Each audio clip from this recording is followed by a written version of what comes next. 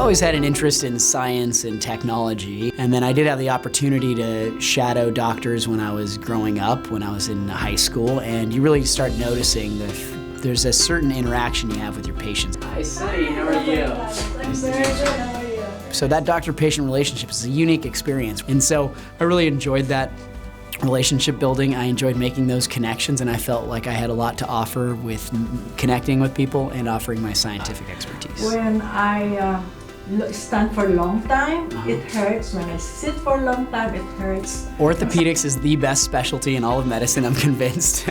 And I feel that way because we usually take single problems and we can fix them. The surgeries that we do are some of the most successful surgeries in all of medicine. So I feel like I'm very fortunate that I chose this specialty and that I've found my passion, and there's nothing I'd rather do. This doesn't bother you?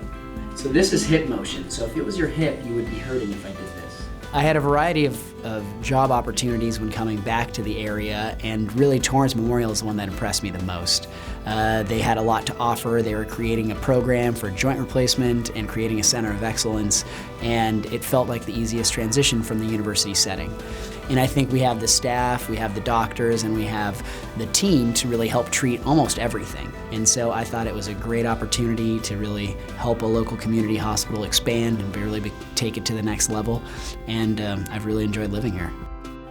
You know, I think about what kinds of jobs you could have coming out of school, and I hate sitting at a desk. I hate, looking at a computer. I like interacting with people. I like talking to people, making a relationship, and as a physician, the main thing I do is really teach and educate.